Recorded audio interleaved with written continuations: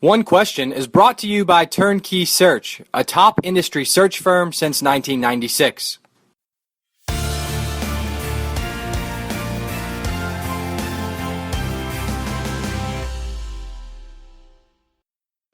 Gina Mizell from the Oregonian and Oregon Live is our guest on One Question. Gina sat down with Oregon State President Ed Ray late last week after the news broke that former Beavers, or outgoing Beavers, athletic director Todd Stansbury was headed to Atlanta, back to his alma mater at Georgia Tech.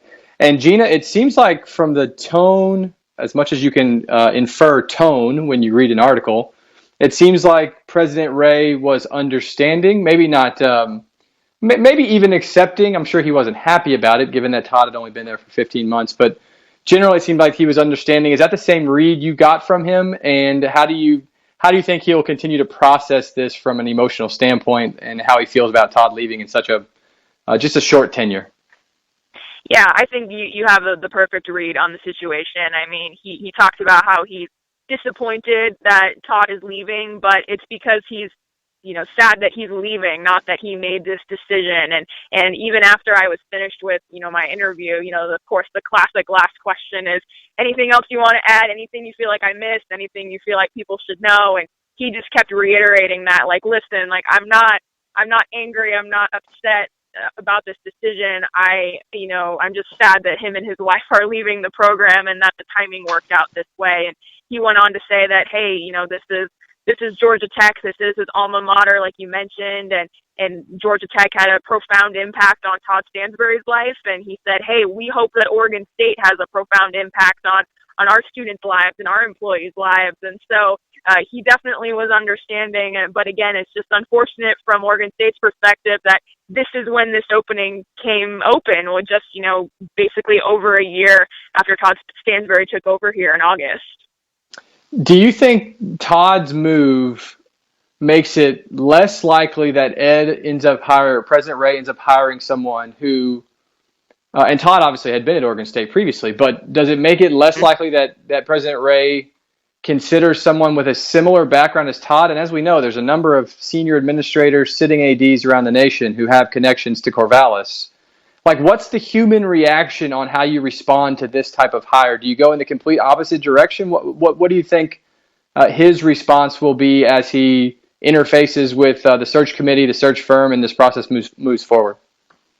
Yeah, I mean, I think I just go back to the timing again, just because this didn't happen in the summertime, like when Bob DeCarolis stepped down. Like, we're in the middle of football season, and we're in the middle of classes starting, and the athletic year is pretty much underway. And so President Ray basically acknowledged that, hey, it's probably going to be tougher logistically to, get people's schedules lined up and to organize conversations and interviews and to go through this process. So, yeah, I wonder how that's then going to impact certain sitting athletic directors around the country. Are they going to entertain interest from Oregon State? Are they going to reach out, or are they kind of so in the flow of what they're doing that again, the timing might just not be right for some people. So, yeah, I don't think it necessarily means that, you can only look in internal candidates or whatnot. I don't necessarily think it's going to limit who they look at, but I'll just be curious to see what the feedback is like from others, as far as just,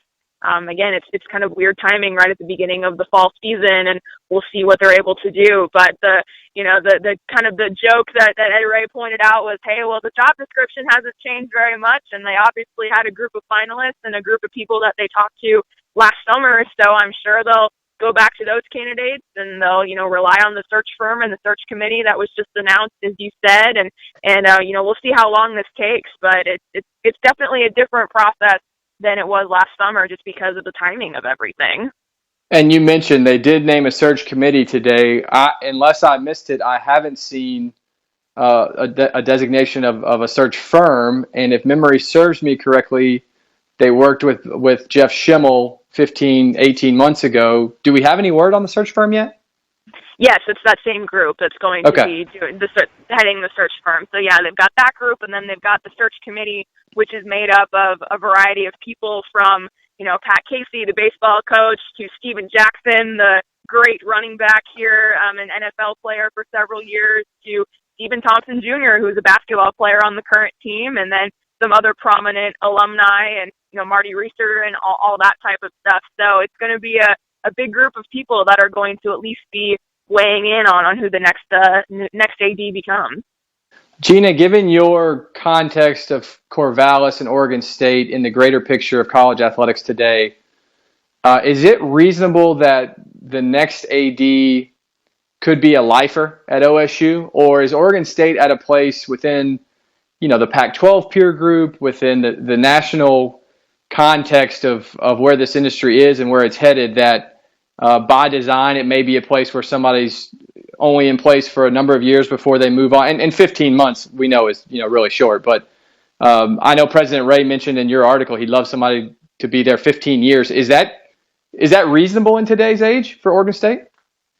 Yeah, well, I just wonder if that's reasonable, anywhere at this point, given not just the landscape of college athletics at Oregon State, but just overall across the country. And obviously Bob DeCarolis was here for a long time, and in that top chair for over a decade. And Todd Stansbury, I don't think he had any intention of leaving after 15 months, but again, just the opportunity to go back to your alma mater, that's really, really difficult to pass up, obviously. So, yeah, I think it's a Power 5 job, obviously. It's a department that has had some other senior administrators there for a long time, and some staffers in place that are, have been there for several years. So, yeah, I think that kind of just depends on the person. And I think all of us, for the most part, go into jobs intending to be there for an extended period or to get as much as they can out of the position. So again, we'll see what they do. If they go with somebody who has Oregon State ties, if they go with somebody internally who's kind of worked their way up, or if they, go with somebody who, wants to do as much as they can, and then maybe another opportunity presents itself, but that'll be because they've done a lot of good things at that school. And so, yeah, you mentioned Gary Anderson was the one who was saying that he hopes that it's a person who is a lifer, or a person who's committed to being here for, he used the word destination, like that he hopes that it would be a destination job for an athletic director, because he views it as a destination job for him as the head football coach. So I think that's kind of where that stems from. And again, we'll see what people are able to, or what types of people are able to lure, but I think they're also just going to want to get the best candidate as well. So, that's always the challenge of job searches, I suppose. So one of the questions I usually ask in this situation is how you think the fan base understands or is responding to the move. So how would you answer that in the context of Oregon State's fan base? And obviously, we've had a football game in Corvallis, the Boise State game last weekend, since this was announced. What's your sense on their attitude on this?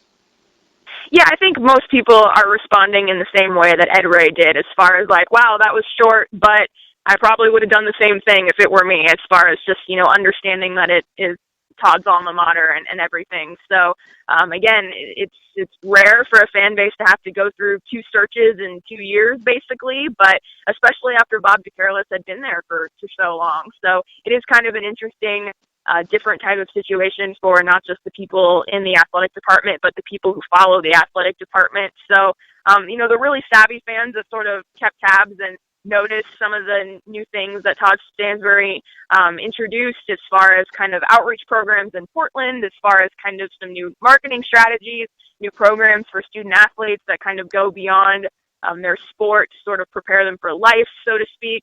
And so I think they're now curious to see what direction that they go, just because some of those early things were starting to be implemented, and now what happens from here. But overall, I think that the fan response, there are some snarky people who were like, well, shouldn't have hired him if he was going to leave after 2 years, or after 15 months. But, again, you just never know. And I think most reasonable fans understand why this was the job that pulled him away so quickly.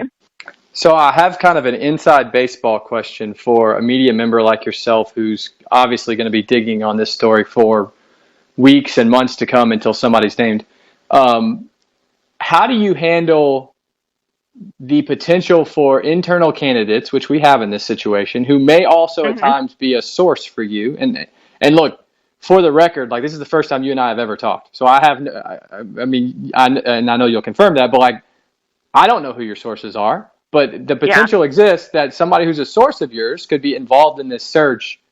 Do you handle that any differently than if it were, a different situation and the same source is telling you something about a situation inside the athletic department, but now they're involved? Like, does that create any sort of, maybe not conflict of interest, or just a different standard by which you as a reporter need to cover this beat?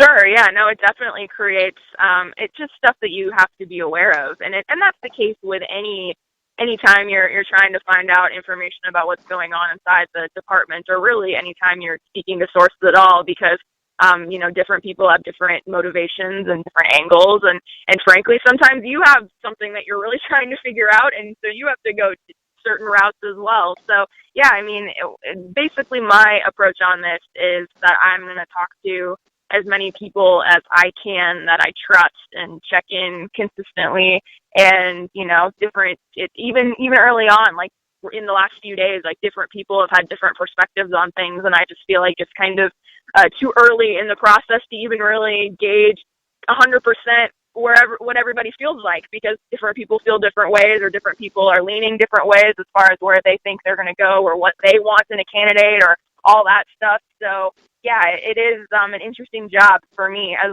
a reporter. But sometimes this pops up in other avenues too, where maybe there's a coaching search going on, and a coordinator could be promoted, and that's a situation, and maybe that person is a source for me or for somebody else. But yeah, it is interesting, but also sometimes just people who could be involved in the search, whether they're as a candidate, or they're on the search committee, or they're just in the department. Anyone can be valuable in these types of situations. So again, I just talk to as many people as I can, go with the people that I trust, and then that's kind of how I will report this thing out, moving forward. One last one. Do we know if Jeff Schimmel and his group is doing this search at any sort of discounted rate, given how quickly Todd left, which sometimes is commonplace for search firms? Do we have any read on that?